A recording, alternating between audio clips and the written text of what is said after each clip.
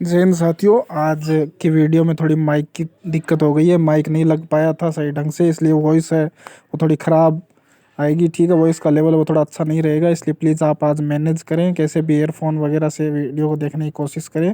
तो अभी हम अपने वीडियो को स्टार्ट करते हैं। चाहे किसी भी स्थिति में हो तो हम करिए, आपको पर डे एक वीडियो मिलता है। ऐसा नहीं है कि भाई हम ऐसे बैठे हैं खाली बैठे हैं, नहीं भाई। हो अभी मेरा एसएससी का सीजन का टीयर 2 के बहुत बहुत बहुत कुछ आगे प्लान है। उसके बावजूद भी हम लोग आप लोगों के पर डे वीडियो बनाते हैं। इतना मोस्ट मतलब ऐसा नहीं है कि केवल ये आधे घंटे काम है, सिर्फ केवल हमारे कम से कम 2 घंटे मेहनत लगती है, तब जाकर इतने अच्छे अच्छे कॉन्सेप्ट आप लोगों के लिए निकाल पाते हैं। तो भाई उसी मेहनत के लिए आपसे रिक्वेस्ट करता हूँ कि वीडियो को लाइक करना, मेरे दोस्त अच्छा लगे वीडियो को पूरा देखना, कुछ मत करना पर भाई वीडियो को पूरा देखना, क्योंकि वीडियो पूरा देखोगे तभी आपको हर एक कॉन्सेप्ट आपको समझ में आएंगे। ठीक है, ओके। और उसके बाद भाई अच्छा लगे लाइक करना, कमेंट करना, शेयर करना। ठीक है, बाद में अगली बात तुम भाई आपको इसकी पीडीएफ चाहिए तो उसके लिए आपको अपना जो ग्रुप टेलीग्राम का लिंक वीडियो नीचे दिया डिस्क्रिप्शन के अंदर, तो आपको उस पर लिंक को आपको क्लिक करना है और अपना जो ग्रुप उसको ज्वाइन कर लेना, वहां पर आपको उसकी पीडीएफ मिल जाएगी। ठीक है, ओके। और आज आर ने आपको पढ़ाया है गुरुत्वाकर्षण बल। ठीक है, गुरुत्वाकर्षण 2 चैप्टर था और उसके अंदर आपके मोस्ट इंपोर्टेंट जो भी क्वेश्चन बनेंगे लगभग 20 से 25 क्वेश्चन वो हम आज इस वीडियो में करेंगे। ठीक है, तो आपको वीडियो लास्ट तक देखना है, आपका हर एक डाउट क्लियर होता है। ठीक है, और जो आपको होमवर्क दूँ वो होमवर्क आपको कमेंट करना। बहुत सारे स्टूडेंट है, उनमें से भाई बहुत सारे ऐसे स्टूडेंट है जो वीडियो नीचे आंसर को कमेंट करते हैं। तो आपसे रिक्वेस्ट कर रहा हूँ, गलत हो सही हो प्लीज कमेंट अवश्य करना, क्योंकि कमेंट करोगे तब आपको अपनी कमी का पता लगेगा। ठीक है, तो पहला क्वेश्चन देखो आपकी स्क्रीन के ऊपर क्या है कि समुद्र में उठने वाले ज्वार भाटे का कारण क्या है। सबसे इंपॉर्टेंट और सबसे यूनिक और सबसे इजी क्वेश्चन, और ऐसे क्वेश्चन को हम बोलते हैं सदाबहार क्वेश्चन। ठीक है, तो ये क्वेश्चन तो आपको आना चाहिए, चाहे कैसे भी, चाहे आप कहीं से पढ़ गए मेरे भाई, ये क्वेश्चन आपको छठी क्लास से पढ़ाया जाता है। चाहे आप सीबीएसई बोर्ड से, चाहे आरबीसी, चाहे स्टेट बोर्ड से, ये क्वेश्चन आपको छठी क्लास से पढ़ाया जाता है। इसका कारण है कि जो अपने मून अंकल होते हैं, मून अंकल का पृथ्वी पर लगने वाला गुरुत्वाकर्षण बल वही होता है अपना समुद्र में उठने वाला ज्वार भाटा होता है। ठीक है, ऑप्शन नंबर आपका ए सही होता है। अगला क्वेश्चन देखो, यदि पृथ्वी प्रभाव कम हो तो निम्न में से कौन सा बदलेगा। बहुत अच्छा और बड़ा बेहतरीन क्वेश्चन है ये, और ऐसे क्वेश्चन आप लोगों को सोल्व करने चाहिए मेरे भाई। तो देखो ये बोला गया है कि यदि गुरुत्वीय प्रभाव कम हो, इसका मतलब क्या हुआ कि अगर जो हम मानो अगर मैं हूं आप या फिर ये मार्कर है, अगर ये प्रेजेंट टाइम में अभी इस स्थिति में है तो इसके ऊपर नीचे एक अपना गुरुत्वीय त्वरण जी लग रहा है। ठीक है, अगर ये जी गुरुत्वीय त्वरण जी कम हो तो इसकी कौन सी प्रॉपर्टी है वो चेंज हो जाएगी। ऑप्शन नंबर ए में अपना श्यान बल। अब क्या श्यान बल में गुरुत्वीय त्वरण का कोई कुछ काम है क्या। अब सर आपका क्वेश्चन होगा कि सर श्यान बल का फॉर्मूला क्या होता है। तो बस आपका श्यान बल का फॉर्मूला होता है F बराबर 6 पाई ईटा आर बी। तो क्या इस फॉर्मूले में कहीं पर भी जी का इस्तेमाल है। आपका आंसर होगा नहीं सर, इस फॉर्मूले में कहीं पर भी जी का इस्तेमाल नहीं है। इसका मतलब ऑप्शन नंबर गलत होगा। ऑप्शन नंबर सी स्थिर वैद्युत बल। स्थिर वैद्युत बल जिसे हम कूलॉम बल बोलते हैं, तो ये इसका मतलब होता है कि F बराबर K Q1 Q2 बटा R स्क्वायर। क्या इस फॉर्मूले में कहीं पर भी जी का इस्तेमाल है। You will say no. And the last option is option number B. Option number B में ये बोला था आर्किमिडीज का उछाल बल। तो आर्किमिडीज का जो उछाल बल होता है उसका कॉन्सेप्ट ये होता है मेरे भाई कि मानो कि अगर ये कोई अपने पास ये कोई वो बर्तन है, मान लो कि ये अपने पास ये कोई बर्तन है। ठीक है, इस बर्तन में मानो कि अगर ये बर्तन यहाँ तक ये पानी से भरा हुआ है। ठीक है, ओके। अब मानो कि अगर ये यहाँ तक ये पानी से भरा हुआ तो उस बर्तन में मैं मानो अगर मैं उस बर्तन के अंदर स्मॉल एम द्रव्यमान का कोई पिंड डालता हूं, तो जो पिंड है वो इससे कितना जो लिक्विड है वो मतलब भार करेगा। तो स्मॉल एम द्रव्यमान का लिक्विड भार करेगा, यानी कि जितनी पिंड की जो लिक्विड कैपेसिटी होती है उतनी ही पिंड अपने लिक्विड को बाहर फेंकता है। इसका मतलब ये है कि और इस जो मानो कि अब ये पिंड यहाँ पे स्थिर है, अब इस स्थिर पिंड के ऊपर स्मॉल एम इसका मास है, अब सभी को पता है, और इस पर एक नीचे की तरफ गुरुत्वीय बल लगेगा जिसके अंदर एक्सेलरेशन v होगा। इसका मतलब ये है कि आर्किमिडीज के उछाल बल के अंदर mg होता है, यानी आर्किमिडीज का उछाल बल होता है बराबर mg होता है, यानी किसने अपने g का इस्तेमाल है। इसका मतलब ये है कि ये प्रभावित होगा। ऑप्शन नंबर बी से होगा। अगर मैं चाहूं तो आपको इस ऑप्शन नंबर बी को बता आगे बढ़ दूं, बट मेरे भाई ऐसे बताने से आपको कॉन्सेप्ट क्लियर नहीं होगी। मैंने आपको हर एक कॉन्सेप्ट का रीजन बता रहा हूं मेरे दोस्त। ऑप्शन नंबर ए क्यों नहीं हो रहा, ऑप्शन नंबर बी क्यों नहीं हो रहा, ऑप्शन नंबर सी ही क्यों है, या ऑप्शन नंबर बी ही क्यों है। क्योंकि दोस्तों ऐसे क्वेश्चन अगर आप ऐसे पढ़ोगे तो आपको आपके जो क्वेश्चन है उसकी वैलिडिटी लाइफ टाइम हो जाएगी। तो आप प्लीज कृपया करके रिक्वेस्ट करूंगा कि आप ऐसे ही पढ़ा करो। ठीक है, तो अगला क्वेश्चन देखो आपके स्क्रीन के ऊपर क्या है। अगला क्वेश्चन है कि दो मास द्रव्यमान है, उनके बीच की दूरी को 2 गुना कर दें और उनके बीच का गुरुत्वाकर्षण बल किस प्रकार से परिवर्तित होता है। आपको बेसिकली इसमें यही पूछा गया है कि जो गुरुत्वाकर्षण बल है और जो जो पिंड के बीच की जो दूरी है उसके बीच का क्या संबंध होता है? तो सबको पता है कि F बराबर G m1 m2 बटा r स्क्वायर। यानी अगर हम दूरी को अगर दोगुना कर रहे हैं तो इसको 2r करें तो बल सर वो 1 बटा 4 यानी कि वो 1/4 हो जाएगा। ऑप्शन नंबर आपका डी सही हो जाएगा। इजी क्वेश्चन सबको पता है। अगला क्वेश्चन देखो, अगर क्वेश्चन अपना दिखा है कि वैक्यूम में एक दूसरे से 1 मीटर की दूरी पर स्थित दो पिंड, उसमें से प्रत्येक का द्रव्यमान 1 kg है, ठीक है, उनके बीच में लगने वाला गुरुत्वाकर्षण क्या होगा? यानी कि आपको बस कुछ नहीं करना, आपको इसी फॉर्मूला का इस्तेमाल करना है। अगर मैं इसमें ये बोल दूं आपको कि इसमें तो स्मॉल m भी एक है, स्मॉल m2 भी एक है और r है वो भी एक है, तो इसका मतलब ये F बराबर g हो गया। यानी F है वो गुरुत्वीय स्थिरांक के बराबर होगा। और आपसे वो पता है सर ये गुरुत्वीय स्थिरांक होता है, इसका मान कितना होगा? इसका मान 6.672 गुणा 10 की power minus 11 newton into meter square प्रति केजी स्क्वायर होता है इसका मान, ठीक है। तो ये इसका मतलब होगा ऑप्शन नंबर आपका कौन सा? ऑप्शन नंबर आपका सी सही होगा, ठीक है। अगले क्वेश्चन में दो मास m1 m2 उनकी बीच की दूरी स्मॉल r है के बीच में लगने वाला गुरुत्वीय बल इस प्रकार से परिवर्तित, मतलब वो गुरुत्वीय बल यही है, ठीक है। F बराबर मतलब g है तो g की जगह यहाँ पे k लिख लो, कोई दिक्कत नहीं। 42 k m1 m2 बटा r स्क्वायर है। तो आपसे इसमें ये पूछा गया कि जो ये k है ये किस पर डिपेंड करता है? तो इसमें सिंपली आपका ये आंसर होगा सर जो एक k है ना, या फिर अगर मैं बोलूं कि जो अपने पास ग्रेविटेशनल कांस्टेंट होता है मेरे दोस्त, ये एक स्थिरांक राशि होती है, किसी पर भी डिपेंड नहीं करता है। यानी कि चाहे अपने जो पिंड है उसका मास चेंज करो, चाहे जो प्लेनेट है उसका मास चेंज करो, चाहे आप कहीं पर भी जाओ, पूरे ब्रह्मांड में कहीं पर भी जाओ, चाहे किसी भी चीज की बात करो, जो जी है मेरे दोस्त ये कभी भी चेंज नहीं होगा। इसका मतलब ये है कि ये जी का मान किसी पर भी डिपेंड नहीं करता। बट एक चीज यहाँ पर है कि ये मापन की पद्धति पर डिपेंड करता है। अब आपका ये आंसर होगा इसलिए मापन की पद्धति पर कैसे डिपेंड करता है, तो आपको थोड़ा सा बता देता हूँ। देखो मैं ये चाहता हूँ कि आपकी हर एक चीज का आपके पास कारण होना चाहिए मेरे दोस्त। आप कहीं से पढ़ो, आप केवल इतना पता जाएगा कि ये केवल मापन की पद्धति पर डिपेंड करता है, बट मैं बताऊंगा कि ये कैसे डिपेंड करता है। तो आओ सीखते हैं कि कैसे डिपेंड करता है। तो आपको पता है जी बराबर 6.67 गुणा 10 की power minus 11 newton metre square प्रति केजी स्क्वायर। अब कल को अब ये तो है एम के स्पत्ति में, अब कल को ये बोल दें कि आपको इसका मात्रा को सीधी स्पत्ति में निकालना है। तो अगर आप सीधी स्पत्ति में इसका मात्रा निकालोगे तो आपको जो n है इसकी जगह हो जाएगा डाइन, और एक डाइन सबको पता है 10 की पावर माइनस 10 की पावर प्लस का 5 होता है, ठीक है। अब ये मीटर स्क्वायर, तो एक मीटर को अगर सेंटीमीटर में चेंज करता हूं तो 10 की मतलब 100 की पावर 2 हो गया, ठीक। अब नीचे जो एक केजी इसको मैं 1000 में मतलब केजी है उसको मैं ग्राम में चेंज करता हूं 1000 हो गया, ठीक है, 1000 का स्क्वायर, ठीक। अब देखो ऊपर ये देखो, अब यहाँ पे ऊपर 100 का स्क्वायर है, अब नीचे अब चलो ऐसे करो कोई दिक्कत नहीं। अब 100 गुणा 100 हो गया ना, 100 गुणा 100, ठीक। अब नीचे 1000 गुणा 1000 हो जाएगा, 1000 गुणा 1000, ओके। अब देखो यहाँ से जो 3 जीरो और एक 1 जीरो यानी 4 जीरो इसको काट देगा, ठीक है। अब देखो यहाँ से 2 जीरो इसको काटेगा तो यहाँ से 3 बच जाएगा।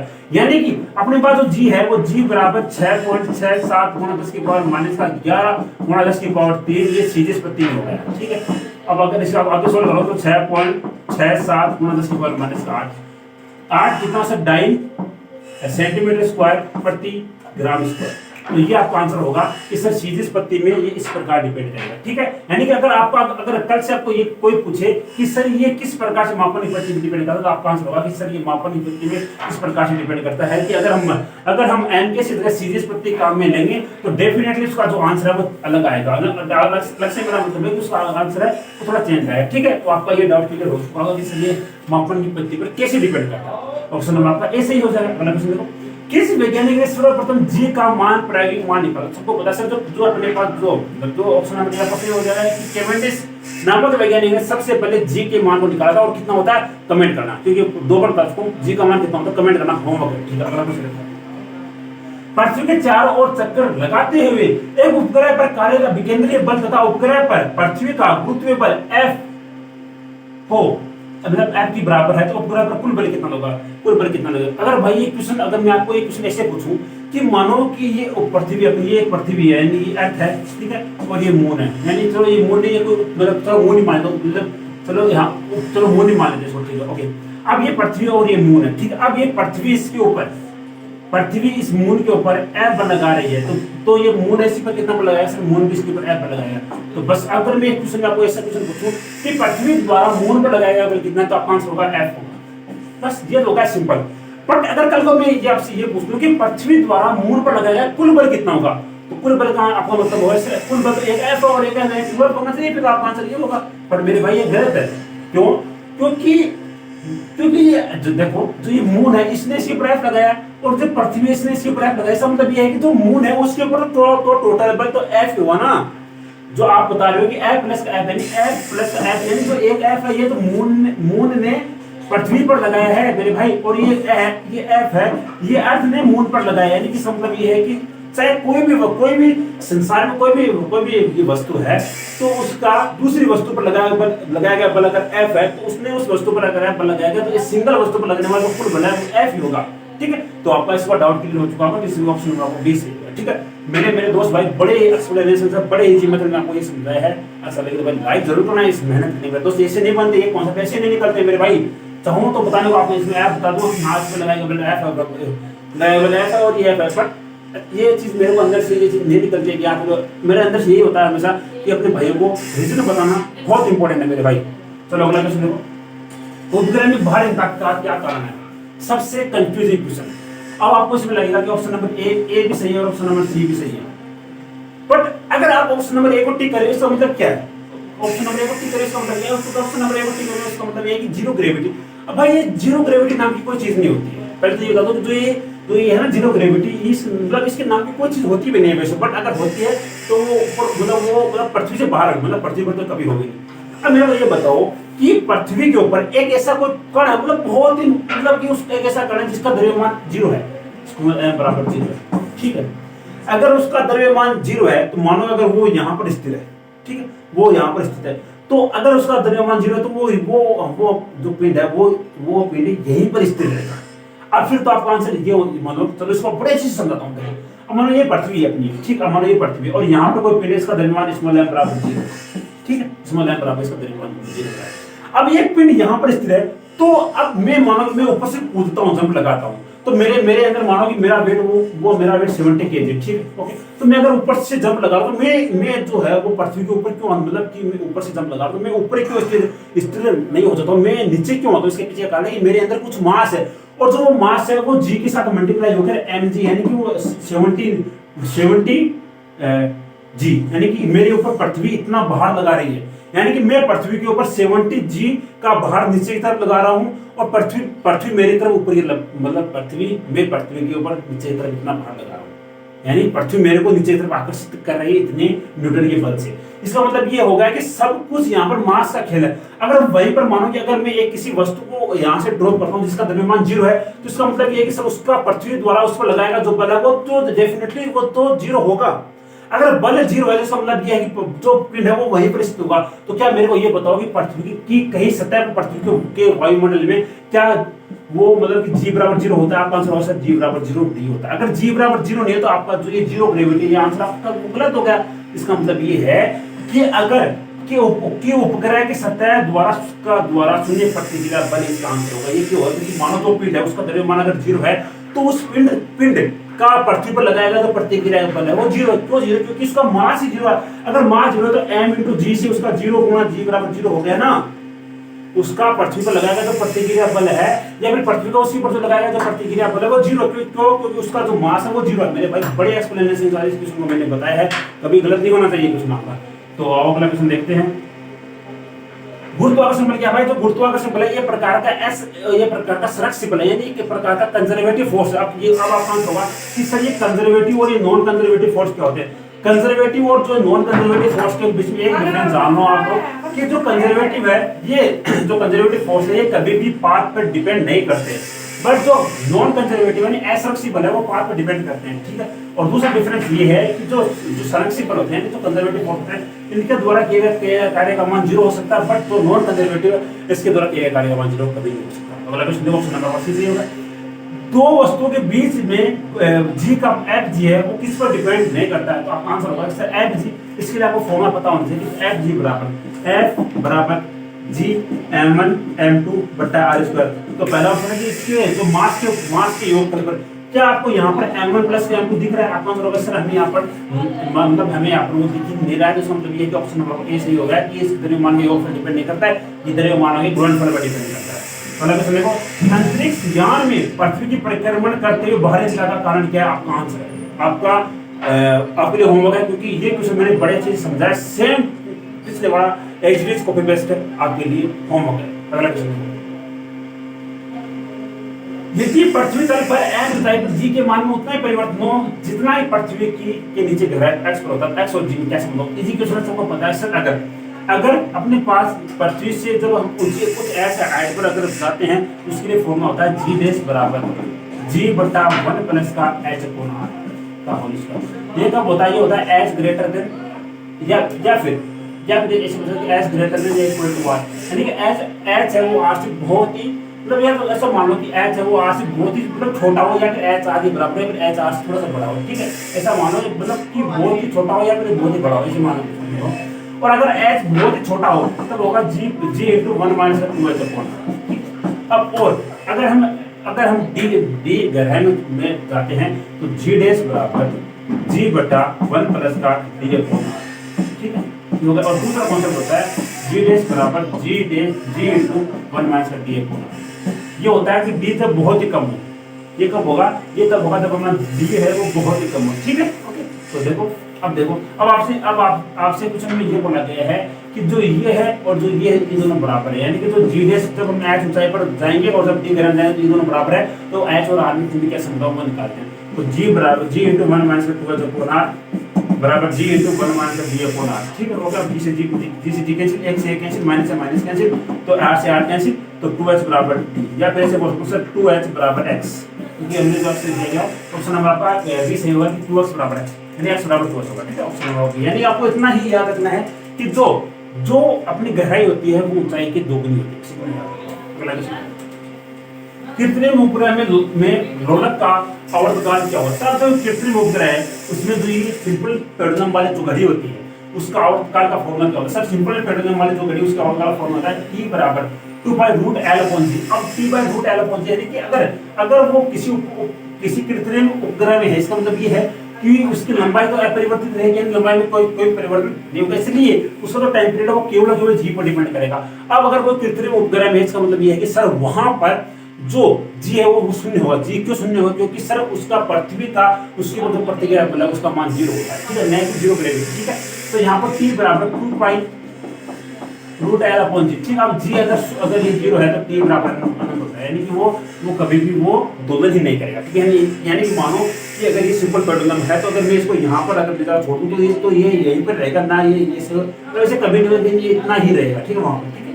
तो अगला क्वेश्चन देखो, जब किसी पिंड, अब आपका ये होमवर्क है कि अगर जो सिंपल पेंडुलम है तो इसकी जगह वो कौन सी घड़ी का काम है, ठीक है। तो देखो यदि किसी पिंड को भूमध्य रेखा से पोल्स की तरफ लेके जाया जाता है तो उसकी जी के मान में उसका भार किस परिवर्तित होता है?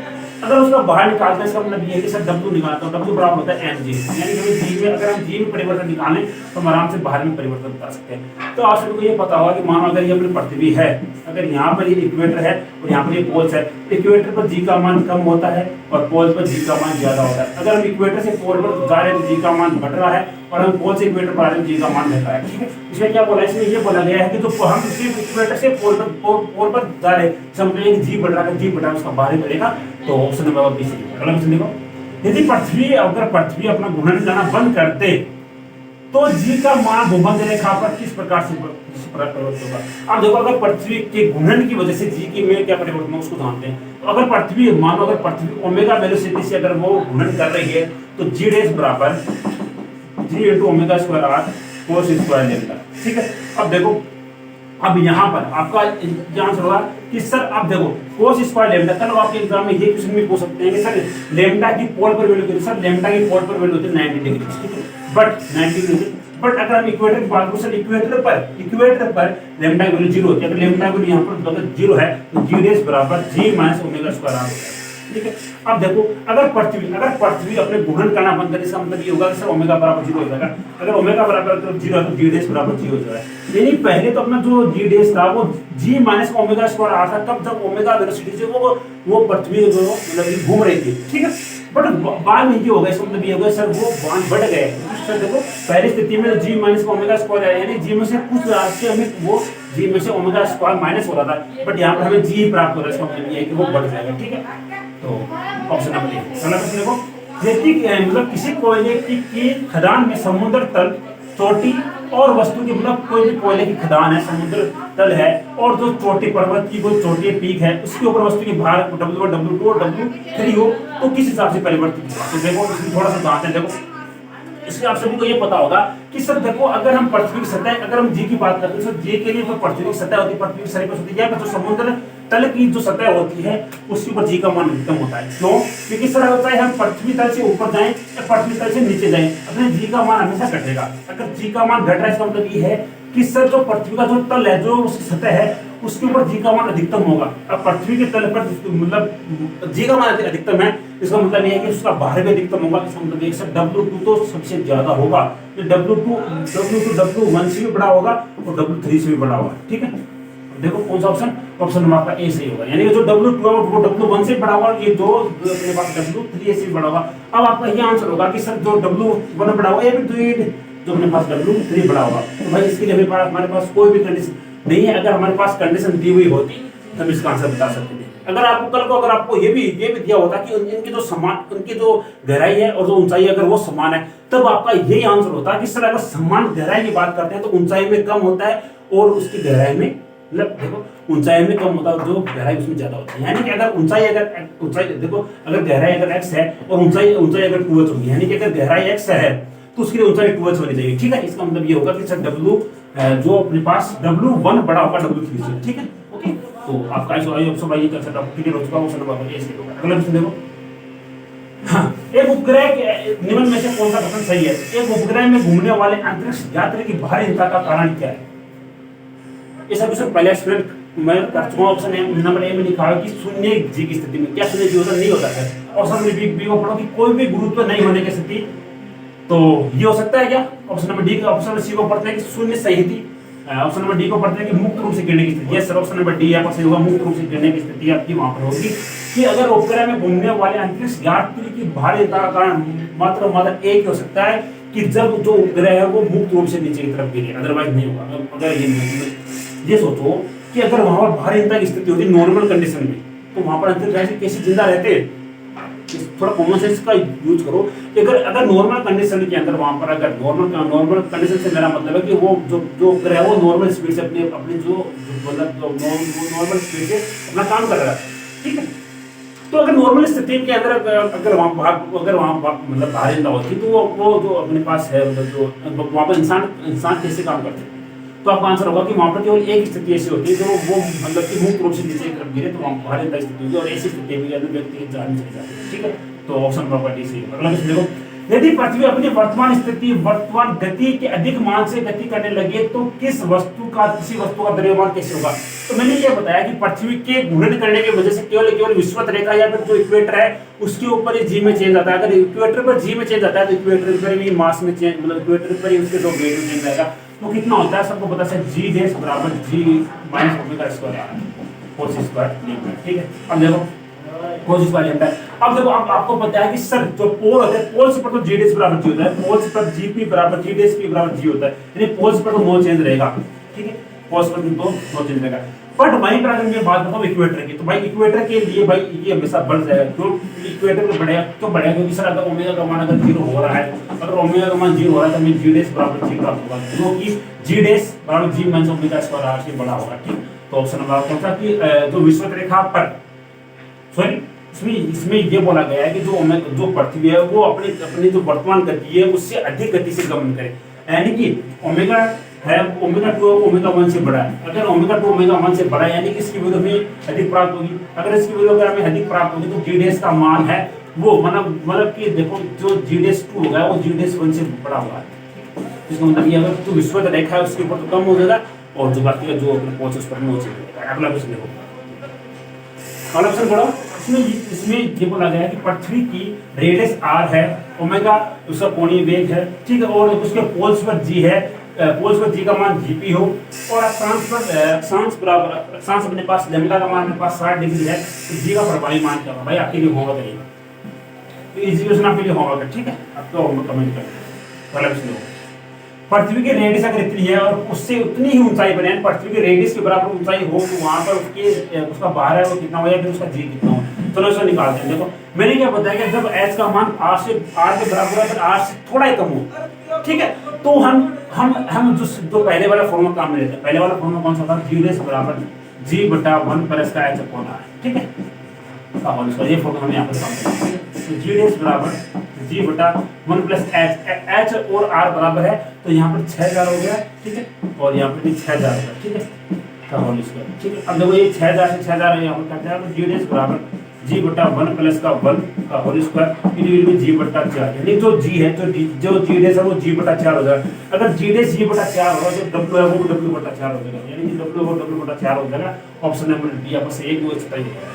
गलत चीज, एक शक्कर खरीदना कहाँ फायदेमंद रहेगा, आगे ना अपने वाला क्वेश्चन बहुत कंफ्यूजिंग और बहुत ही इंटरेस्टिंग क्वेश्चन है, बड़ा ही कंफ्यूजिंग क्वेश्चन है, और इसको थोड़ा सा समझना, थोड़ा सा टाइम देना मेरे नॉर्मल ब्रेक से देखो। एक शक्कर खरीदना फायदेमंद क्या होगा, यानी कि हमें कोई चीज को हमें खरीदना, इसका मतलब क्या है, अगर मेरे को कोई चीज अगर मेरे को खरीदनी है, तो मानो कि अगर मार्केट में उसकी वैल्यू 40 रुपए प्रति केजी है, ठीक है, यानी 40 रुपए में मेरे को 1000 ग्राम मिल रहा है, ठीक है, ठीक है। अब ये होगी मेरी नॉर्मल कंडीशन, बट वहीं पर एक ऐसा मार्केट है जहां पर 40 रुपए में वो मेरे को 1200 ग्राम दे रहा है, यानी कि ये जो मार्केट दूसरा मार्केट है ये मेरे लिए फायदेमंद है, ठीक है। इतनी बात आपको समझ में आई, यानी कि उसका जो प्राइस है वो तो सेम है, बट जो क्वांटिटी है वो हमें यहाँ पर ज्यादा मिल रही है। इसका मतलब क्या होगा कि सर जो पोल्स है, यानी जो पोल है उसके ऊपर जी जो जी है, जो जीपी ग्रेटर देन जी होता है, यानी जो जीपी ग्रेटर देन जी होगा, इसका मतलब क्या हुआ कि जो जीपी ग्रेटर जी है, इसका मतलब ये उससे डब्ल्यूपी ग्रेटर देन डब्ल्यू होगा, यानी कि यहाँ पर जो बाहर है वो ज्यादा होगा, यहाँ पर बाहर कम होगा। अब देखो, अब आपका आंसर ये होगा कि सर अगर बाहर अगर ज्यादा है तो यहाँ पर हमारे पास 1200 मिलना चाहिए और यहाँ पर हमको 1000 मिलना चाहिए, बट ये गलत है मेरे भाई। बाहर ज्यादा से मेरा मतलब है कि यहाँ पर जो 1000 ग्राम ये उल्टा होगा यहाँ पर, यानी कि जो यहाँ पर तो आएगा 1200 ग्राम और यहाँ पर आएगा 1000 ग्राम, ठीक है मेरे दोस्त। इसका मतलब ये होगा कि अगर हमें कोई चीज अगर हमें खरीदनी है तो वो हम खरीदेंगे इक्वेटर पर, अगर कोई बेचने तो वो बेचेंगे हम पोल्स पर, ठीक है। तो ऑप्शन नंबर आपका बी सही होगा। अगला क्वेश्चन देखो, यदि पृथ्वी की रेडियस अगर 1.5 कम हो जाए तो गुरु के तोड़ के मान में कितना परिवर्तन होगा। भाई ये परसेंटेज वाला क्वेश्चन में बड़े अच्छे से आप लोगों को समझाता हूँ। तो देखो परसेंटेज में क्या बोला गया, मैंने आपको सिर्फ एक बात बता रही थी कि जब अपना परसेंटेज 5% से कम हम कुछ नहीं करना, जो हमारे पास इक्वेशन होते हैं सेम एज इट इज वहां पर हमें वैल्यू को पुट कर देना होता है, ठीक है। तो जी और आर में क्या समझता है, जी समानुपाती 1/r² होता है, यानी कि अगर आर, यानी अगर मेरे काम ग्रुप में इसका आर ऊपर लेंगे तो जी समानुपाती r के पावर -1 होगा, यानी इसमें ये बोला है कि जो रेडियस है उसको हमें -1.5 कर रहे हैं। अगर रेडियस को -1.5 कर रहे हैं तो इसमें कुछ नहीं करना होता हमको, बस तो ऊपर वाले जो घात है इसको हम आगे लेके आते हैं, यानी -2 आगे लेके आए, ठीक है। अब लास्ट में हमारे पास जो परसेंटेज हमें दिया होता है ना उससे हम इसे मल्टीप्लाई करते हैं। परसेंटेज कितना परसेंटेज अपने पास है -1.5, यानी -1.5%।